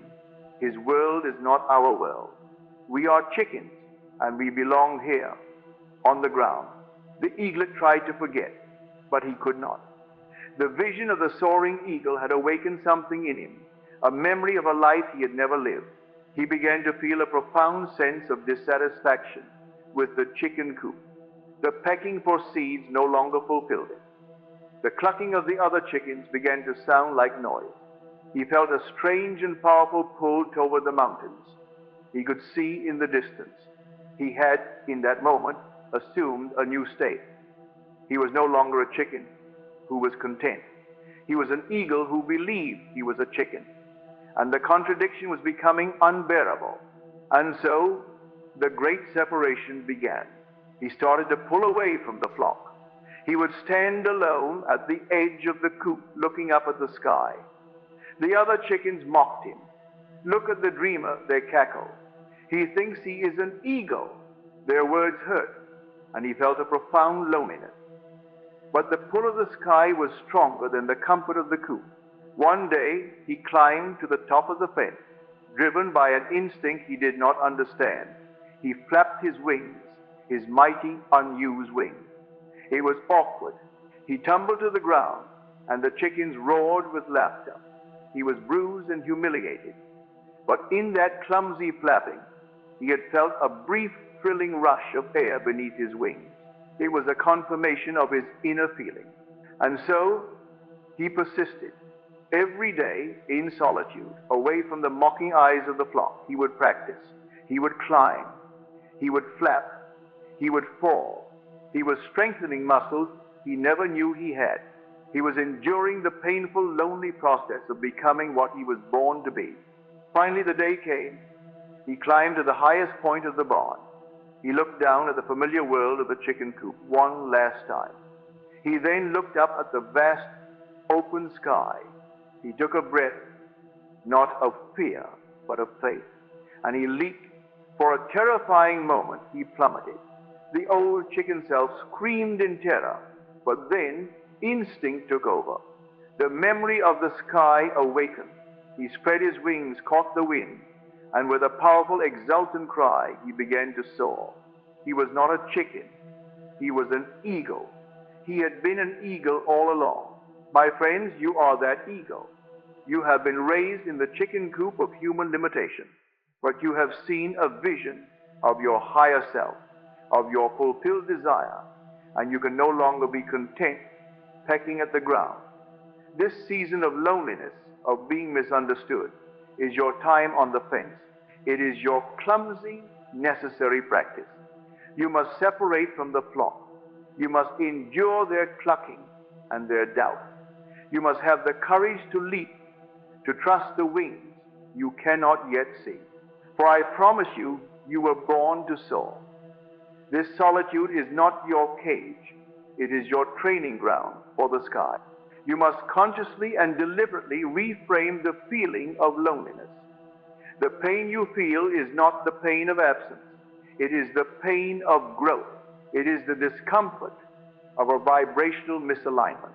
The person you are becoming, through your faithful assumption, is vibrating at a different frequency than the world you used to inhabit.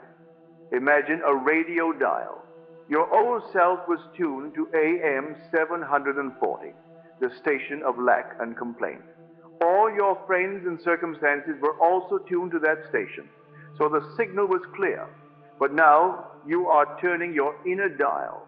You are tuning yourself to FM 101.5, the station of abundance, love, and fulfillment. As you turn the dial, the old station begins to fill with static. The voices become unclear. The connection weakens. This is not a punishment. It is a natural consequence of your retuning. The space and silence you are experiencing is not a void. It is the static between stations. You must not panic and tune back to the old familiar station for the sake of comfort. You must keep turning, keep holding your attention on the new frequency, the feeling of your wish fulfilled. Remain faithful, and soon the static will clear, and you will begin to hear, with perfect clarity, the music of the new station.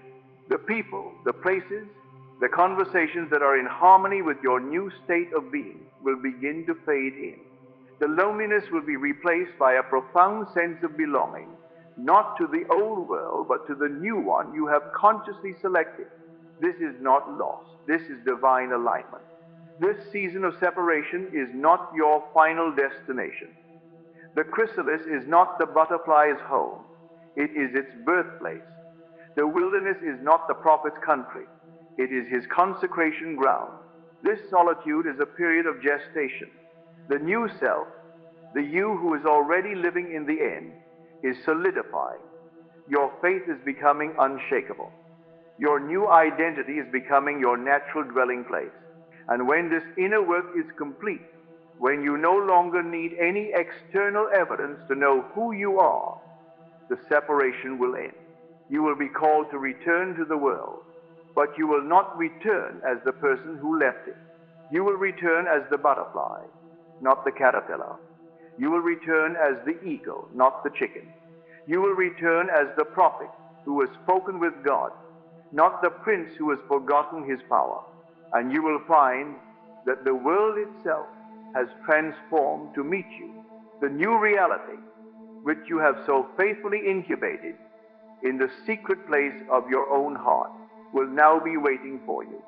Fully formed, the doors will open effortlessly. The people who are in harmony with your new being will be drawn to you as if by a magnetic force. The abundance, the love, the success you assumed in the darkness will now greet you in the light of day. And you will look back upon this season of solitude not with sorrow, but with a deep and holy reverence. For you will know that it was in the silence that your new world was spoken into being. It was in the darkness that your wings were formed. And it was in your profound aloneness that you discovered you were one with the creative power of the entire universe. You had to be separated so you could finally come home to yourself. My friends, we have journeyed together through the great and winding landscapes of consciousness. We have stood in the sacred laboratory of imagination and planted our seeds. We have learned to walk by faith through the waking hours, living in the end. We have navigated the treacherous interval of delay, understanding the world as a delayed mirror, and we have passed through the wilderness of the great separation. the holy solitude where the old self is shed so the new may be born. We now arrive at the summit of the mountain. We arrive at the heart of the mystery, the source from which all creation flows. We come to the final ultimate truth which, once realized, makes all techniques secondary, all striving unnecessary, and all seeking obsolete. We have come to understand the nature and the name of God, and that name is I Am. The entire journey, from the first spark of desire to its final glorious manifestation, has been a journey toward this one realization. The promise you have been seeking is not a thing, a person, or a circumstance. The ultimate promise is the discovery of who you truly are. And who you are is God, clothed in human form. Your awareness of being, your simple, unadorned feeling of I am, is the one and only creator. This is the promise fulfilled. The fulfillment is not the money in your bank, the lover in your arms, or the health in your body. Those are but the shadows, the reflections, the delightful but secondary echoes. The true fulfillment, the great and glorious prize, is your awakening to the fact that you are the creative power that brings these things into being. For your entire life, you have been using the name of God, but you have been using it in vain. You have been unconsciously and carelessly attaching this sacred creative vibration to states of lack and limitation, and then wondering why your world is filled with the same. Every time you have thought or felt, I am sick, I am poor, I am lonely, I am unlucky, you have not been describing a condition. You have been delivering a divine command. You have been taking the formless, infinite power of your own being and commanding it to take the form of sickness, of poverty, of loneliness. And that power, being infinitely obedient and completely impersonal, has faithfully said yes and projected that state onto the screen of your world. You have been a king who has forgotten his royalty, wandering through his own kingdom dressed in rags, begging for the very treasures he owns. You have been praying without ceasing, but you have been praying for the very things you do not want. Your dominant feeling of I am is your perpetual prayer, and that prayer is always, always answered. The great awakening, the turning point of your entire existence, is the moment you realize this. It is the moment you stop unconsciously defining yourself by the evidence of your senses and begin to consciously define yourself by your chosen desire. It is the moment you reclaim the sacred name I am and learn to use it with love, with wisdom, and with intention. This is not about changing your circumstances. It is about changing yourself, your fundamental definition of being. Let me tell you a story that holds the very key to this transformation. In a great and ancient kingdom, a beloved king and queen had a single child, a son, who was the heir to the entire realm. One day, during a bustling festival, the young prince, still a small child, wandered away from his attendants and became lost in the throng. A cruel merchant, seeing the boy's fine clothes, kidnapped him, stripped him of his royal garment, and abandoned him in a distant, forgotten corner of the kingdom. The boy, with no memory of his past, grew up as a street urchin, a beggar. His name, his lineage, his inheritance, all were forgotten. He knew only the harsh reality of the streets. His dominant feeling, his I am, was I am a beggar. He believed it with all his heart. And so, his world was a perfect reflection of this belief. He saw only lack. He experienced only hardship. He received only what a beggar receives: the occasional pity, the rare coin, the frequent scorn. He begged for bread in a kingdom whose every field of wheat belonged to him. Years passed. The king, his father, never stopped searching. He sent his royal emissaries to every corner of the land with a single decree: find my son. One day, an old, wise emissary came to the squalid alley where the beggar prince now lived. He saw the young man, and despite the rags and the dirt, he recognized the royal countenance. He approached the beggar and bowed deeply. My lord, the emissary said, the long search is over. I have come to take you home. You are the king's son. The beggar laughed a bitter laugh. You mock me, old man. Can you not see my rags? Can you not smell the poverty on me? I am a beggar. That is all I have ever been. He was arguing for his limitations, using the evidence of his senses as proof. The emissary did not argue back. He did not point out the physical resemblance to the king.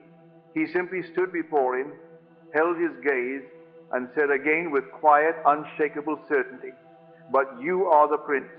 Day after day, the emissary returned. He did not bring food or money.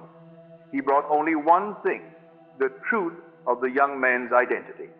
And he repeated it over and over. You are the prince. At first the beggar resisted. Then he became curious.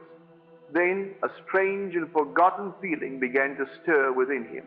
The emissary's unwavering conviction began to chip away at the beggar's lifetime of belief.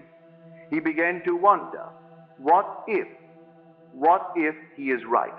And then one evening, sitting alone in his alley, the beggar made a choice.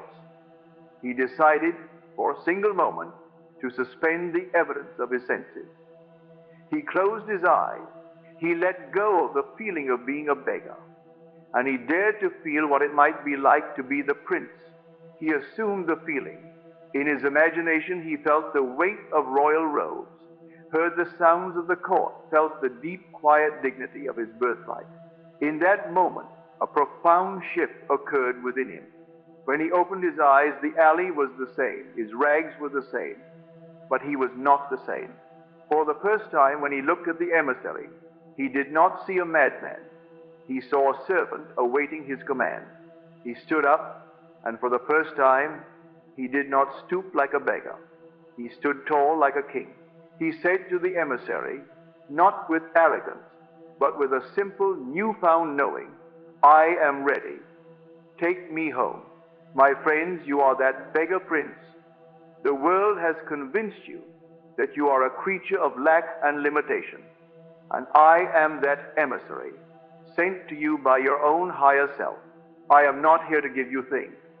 I am here to remind you of who you are. You are the king's son. You are the heir to the kingdom of heaven, which is your own consciousness. Your transformation will not happen when the world gives you evidence. It will happen in the moment you finally, fully accept your true identity. The moment you stop claiming I am a beggar and dare to assume with your entire being, I am. The assumption of your new identity is not a boastful outward declaration. It is a silent, sacred inner anointing. It is the most intimate and powerful act you can perform. It is a shift not in what you say, but in what you feel yourself to be. The process is one of surrender, not of force. First, you must release. Before you can truly claim, I am wealthy, you must be willing to let go of the familiar, comfortable identity of I am poor. You must mentally drop the struggle, the worry, the consciousness of bills and debt. You cannot serve two masters. You cannot be two identities at once. This release is an act of faith. It is the willingness to stand naked, stripped of your old identity, before you are clothed in the new. Second, you must claim. The claim is made in silence and in feeling.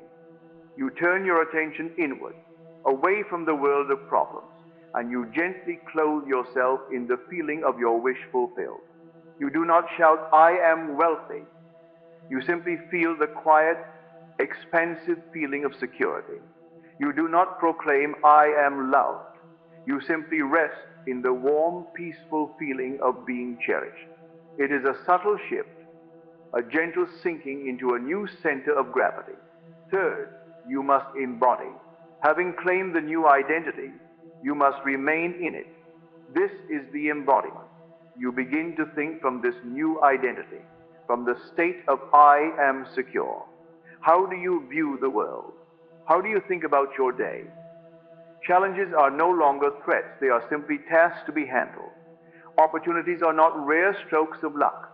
They are the natural order of things. You are not pretending. You are not faking it till you make it. That implies a separation. You are in the one true reality of your imagination, being it now. This is the highest form of prayer. You do not pray for a thing. You give thanks from the state of already having it. This is the prayer of assumption, and it never fails. When a man truly awakens to the reality of I am, a profound peace descends upon him. All anxious striving ceases. All desperate seeking comes to an end. Why? Because he realizes a stupendous truth. Creation is finished. Everything you could ever possibly desire, every state, every reality already exists. It is not something you have to create from scratch. It is a finished room in the infinite mansion of your Father, your own consciousness, waiting for you to enter and occupy it. The state of health and the state of sickness already exist. The state of wealth and the state of poverty already exist. You are not creating them. You are simply, by your conscious assumption, selecting which state you will make visible in your world. Can you feel the immense freedom in this? You are not a struggling inventor trying to create something new. You are an heir walking through your own vast palace, choosing which room you will inhabit today. This understanding is the birth of the mental Sabbath. It is the true state of rest. You rest from the psychological labor of trying to make things happen. You rest from the burden of worry and the strain of doubt. Why? Because you know that the work is already done. The creation is finished. Your only remaining work is to enter the state of your desire and remain there. This is why all anxious prayer is a form of atheism. It is a declaration that you believe in a power outside of yourself, that you must plead with and appease. But when you know that I am is God, who is there to plead with? You simply go within, assume the state of your answered prayer, and give thanks. The creative act is finished. You have entered the Sabbath, and in that state of rest and knowing, the world must and will conform. And so we return to our beginning. The journey is not from lack to abundance. It is from the consciousness of lack to the consciousness of abundance. The journey is not from loneliness to love. It is from the feeling of being lonely to the feeling of being loved. The things of the world are not the prize. The prize is the state of consciousness that produces them. You may think you desire $1 million, but you do not. You desire the feeling of security, freedom, and ease that you believe $1 million will give you. You can have that feeling now, before a single dollar appears, by assuming the state, I am secure. And once you have truly captured the state, the money is compelled to appear as a witness to the state you have embodied. You may think you desire a specific person, but you do not. You desire the feeling of being loved, cherished, and adored. You can have that feeling now by assuming I am love. And as you dwell in that state, you will either draw that person to you, or you will draw someone who perfectly reflects that state of love you have cultivated within. The promise fulfilled is not the object of your desire. The promise fulfilled is your awakening to your own creative power. It is the moment you stop being the beggar prince, pleading for coins, and realize you are the king's son, the heir to all of creation. It is the moment you realize that your kingdom of heaven is within you, and that from this kingdom you can decree any state into existence. This is your power. This is your birthright. This is the truth of your being. So do not look to the world for your salvation. Do not wait for circumstances to change. Do not hope for a God outside of you to intervene. Go within, be still, and in the sacred silence of your own soul, dare to make your claim. Let go of who the world told you that you are. Let go of the evidence of your past, and with quiet, simple, powerful faith, declare who you have now chosen to be. Before Abraham was, I am. That eternal, formless awareness is you. and it is waiting for your command. Assume the state of your wish fulfilled. Feel its reality. Dwell in that feeling, and you will discover for yourself that the greatest promise has already been kept, that you and your Father are one, and that all that your Father has is yours. My friends, we have come to the end of our journey together in words, but we stand at the infinite beginning of your new life in spirit.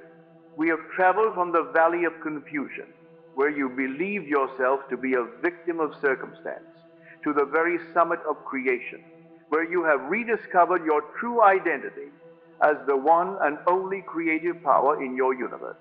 Let us look back for a moment, not with longing for the past, but with reverence for the path we have walked. We began by shattering the great illusion, the hypnosis of the masses, and establishing the first foundational principle that your own consciousness, your I am, is the only reality. We saw that the world is not a solid external force, but a fluid, obedient mirror reflecting the state of your own being. From there, we entered the sacred laboratory of your imagination, the holy of holies where worlds are conceived. We learned the divine science of the state akin to sleep, the art of planting the seed of your fulfilled desire in the fertile ground of the subconscious through a feeling, sensory act. We then learned that this nightly ritual must be supported by a waking discipline. We walked through the art of living in the end, the law of assumption, where you learn to sustain the feeling of your wish fulfilled throughout your day by mastering your inner conversations and thinking from the end, not of it. We stared into the face of doubt and delay, understanding that the world is a delayed mirror and that the bridge of incidents unfolds in its own mysterious and perfect time. We learn to walk by faith, not by sight, and to see every obstacle not as a barrier, but as a test of our persistence. We pass through the sacred wilderness of the great separation, reframing loneliness not as abandonment, but as a divine alignment, the chrysalis in which the old self dissolves so that the new, winged being can emerge. And finally, we arrived at the ultimate realization, the great and glorious prize, the awakening to your true name and nature, as I am. You have discovered that you do not need to seek, to ask, or to beg for anything, for you are the heir to all of creation, and your only work is to claim your inheritance by assuming the state of already having it. And so we arrive at this final, liberating statement, the culmination of all this wisdom, the end of all spiritual labor, the great Sabbath of the soul, and it is this: your work is done. Let these words wash over you. Your work is done. The rational mind, trained in the world of effort and struggle, will rebel against this statement. What does it mean, my work is done? It will ask, must I now become passive? Must I sit and do nothing?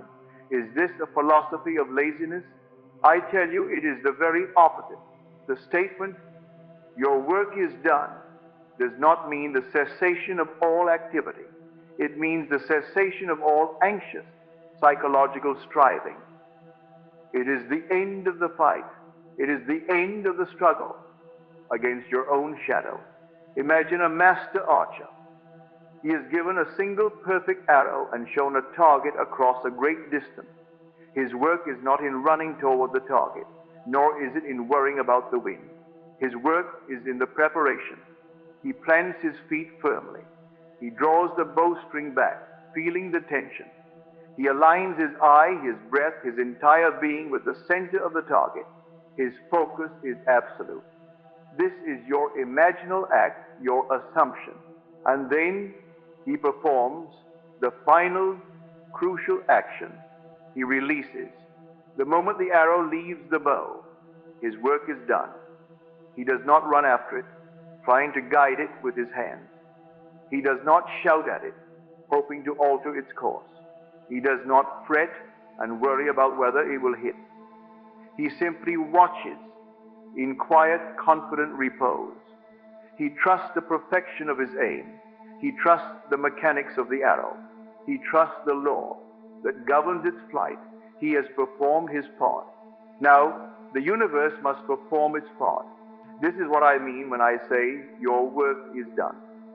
You have drawn the bow of your desire. You have aimed with the clear eye of your imagination. And you have released the arrow of your assumption into the deep. Your work is finished. Now, you must learn to stand in confident repose and allow the infallible law to carry your desire to its target. To continue to worry, to strive, to try and make it happen in the outer world, is to confess that you do not trust your aim. It is to deny the power of the law you have just set in motion. Your only remaining work is to not undo the work that has been done. And you do this by abiding in the state of the wish fulfilled, by keeping the Sabbath, by resting in the serene and absolute knowing that what you have sent forth must arrive at its destination. What does a life look like when lived from this understanding? It is a life that the sleeping world cannot comprehend. First, it is a life of effortless being, not anxious doing. The unawakened man believes his success is proportional to the sweat of his brow. He lives in a state of constant action, of pushing, of forcing. His life is a frantic race against time and competition. But the awakened creator knows that the outer world is a world of effect, not cause. His primary work is internal.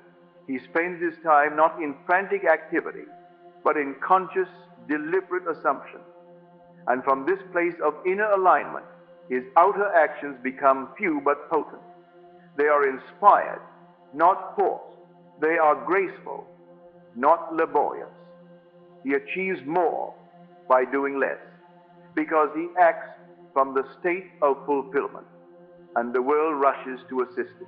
Second, it is a life of unshakable inner peace. The awakened man is no longer a ship tossed on the waves of circumstance. He is the lighthouse. The storms of the world may rage around him, economic downturns, the opinions of others, unexpected events, but his inner light remains steady, calm, and bright. Why? Because he knows these are all just shadows. He knows that his security, his well-being, is not in the world of effects, but in his own consciousness, the world of cause. This inner peace is not a state of apathy. It is a state of supreme power. From this calm center, he can imagine lovingly and wisely shaping his world without being disturbed by it. Third, it is a life of true creative freedom. You are no longer a prisoner of your past. You are no longer defined by your previous failures or limitations. You realize that at any moment you can choose a new state, assume a new identity, and begin to weave a new tapestry. You see life not as a fixed path you must walk, but as an infinite garden in which you can choose to plant anything you desire. This is the freedom the world promises but can never give. It is the freedom to be the person you choose to be, regardless of your history. Finally, it is a life with a new relationship to desire itself. The unawakened man is a slave to his desires. He feels a desire as a painful lack, a constant ache for something he does not have. But the awakened creator understands that desire is a divine gift. Desire is God, your own awareness, tapping you on the shoulder and inviting you to a grander experience of life. It is not a sign that you are lacking. It is a promise that more can be expressed. You no longer see desire as a torment, but as an invitation to expand, to become more, to imagine a more glorious state and then step into it for the sheer joy of the creative experience. Let me tell you one final story to anchor this truth within you. There was a king who inherited a vast and peculiar garden. He was told by the sages of his kingdom that this garden was magical. Whatever he felt in his heart would instantly plant a seed, and that seed would grow into a corresponding reality. The young king, not understanding this law, wandered through his garden with a troubled mind. He worried about the kingdom's defenses, and so thorny, defensive briars grew up around the castle wall. He feared a coming famine, and patches of the garden turned to barren dust. He felt lonely in his great palace, and weeping willows, heavy with sorrow, began to droop over the beautiful ponds. He looked upon his garden and despaired. "What a cruel and difficult kingdom I have inherited," he cried, not realizing his own feelings were the cause of its decay. One day, a wise old woman, a mystic who lived in the heart of the garden, came to him. She did not offer to weed the garden for him. She simply said, "My king, the garden does not listen to your hand. It listens only to your heart. It does not respond to your labor, but to your love." At first, the king did not understand. But having tried everything else, he decided to test her words. He walked to the patch of barren dust where he had feared famine. Instead of trying to till the soil, he closed his eyes. He ignored the evidence of the dust.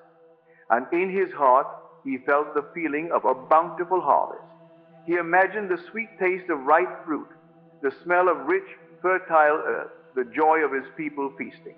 He held this feeling, this assumption, and then he walked away, trusting. The next morning, a single green shoot had pushed its way through the dust. Astonished, the king went to the thorny briars. He did not try to cut them down. He closed his eyes and felt the feeling of absolute safety and peace. He imagined his kingdom secure, not through walls, but through love and friendship with its neighbors. The next day, the thorns had begun to soften, and small white flowers began to bloom upon them. He went to the weeping willows. He sat beneath them, and instead of feeling lonely, he chose to feel the warmth and joy of perfect companionship. He imagined heartfelt laughter echoing through the palace hall. The next day, he noticed the branches of the willows seemed to lift just a little higher toward the sunday. The king had learned the secret. His work was not to fight the weeds, but to plant the flowers. His power was not in his action, but in his assumption. He stopped being a reactor to his garden and became its conscious creator. He learned to walk through his kingdom, no longer as its victim, but as its gardener king, knowing that his only real work was to tend the garden of his own heart. And in time, his kingdom became the most beautiful and abundant paradise the world had ever known. You, my friends, are that gardener king. Your life is that magical garden. Stop fighting the weeds of your unwanted circumstances. Turn your attention away from them. Your only work is to choose the seeds you wish to plant. Choose them in your imagination. Feel their reality. Assume the feeling of their beautiful finished expression. Your work is to tend the garden of your mind. Do this faithfully, and the outer garden of your world must and will blossom in breathtaking reflection. And so, we come to this. You now hold the knowledge. You have been reminded of the power that has been asleep within you from the beginning. You can no longer in good conscience claim ignorance. You can no longer look upon the world and say, "This was done to me." With this great power comes a great and divine responsibility, the responsibility to create consciously, deliberately, and lovingly. You now know that your every mood, your every assumption, is not only shaping your own life, but is rippling out and affecting the entire world around you. Therefore, I charge you, dream nobly, assume the best, not only for yourself, but for your fellow man. When you think of another, do not hold them in the prison of your past judgments. Revise them. See them as the noble, beautiful, successful beings they desire to be. To imagine lovingly for another is the greatest gift you can give, for you are helping to plant a seed in the garden of their life. Do not use this power for trivial ends or for harm against another, for you will find it turns back only upon yourself. The world is a mirror, and it reflects the nature of the one who looks into it. If you look with love, love looks back at you. This is not an end. It is a commencement. You are graduating from the school of limitation and stepping into your mastery. I want you now, in this final moment, to perform the act with me one last time. Close your eyes. Let the world of the senses fade away. Become aware of your own being, that silent, formless, ever-present feeling of I am. This is the real you. This is God. Now, from the center of creative power, choose your desire, the person you have decided to be. Do not see it as distant. Feel what it would feel like if it were true right now. Is it a feeling of relief, of joy, of security, of love? Let that feeling rise within you. Let it fill every corner of your being. Clothe yourself in this feeling. It is your new royal garment. It is your true identity. And now, from this state, from this knowing, hear my words not as a promise for the future, but as a statement of what is already true in the one and only reality. The journey is complete. The promise is fulfilled. The work is done. Rest in this knowing, and when you open your eyes, do not return to the old self. Remain in this new, beautiful home you have claimed. Walk out into your world, not as the beggar prince hoping for a change, but as the gardener king who knows that every beautiful thing is already beginning to grow. Our time together in words has come to a close, but your true journey as a conscious creator is just beginning. The principles you have learned tonight are not meant to be a one-time lecture, but a lifelong practice. To continue walking this path, to explore these truths more deeply, and to receive ongoing guidance on your journey of self-mastery. I invite you to become a permanent part of this community. Subscribe to the channel and leave a comment below sharing the one great truth that resonated most deeply with you tonight. By subscribing, you ensure that your mind remains a fertile garden for these life-altering ideas. Let us walk this path of awakening together. And now, as a final act of commencement, let us seal this new understanding within your heart.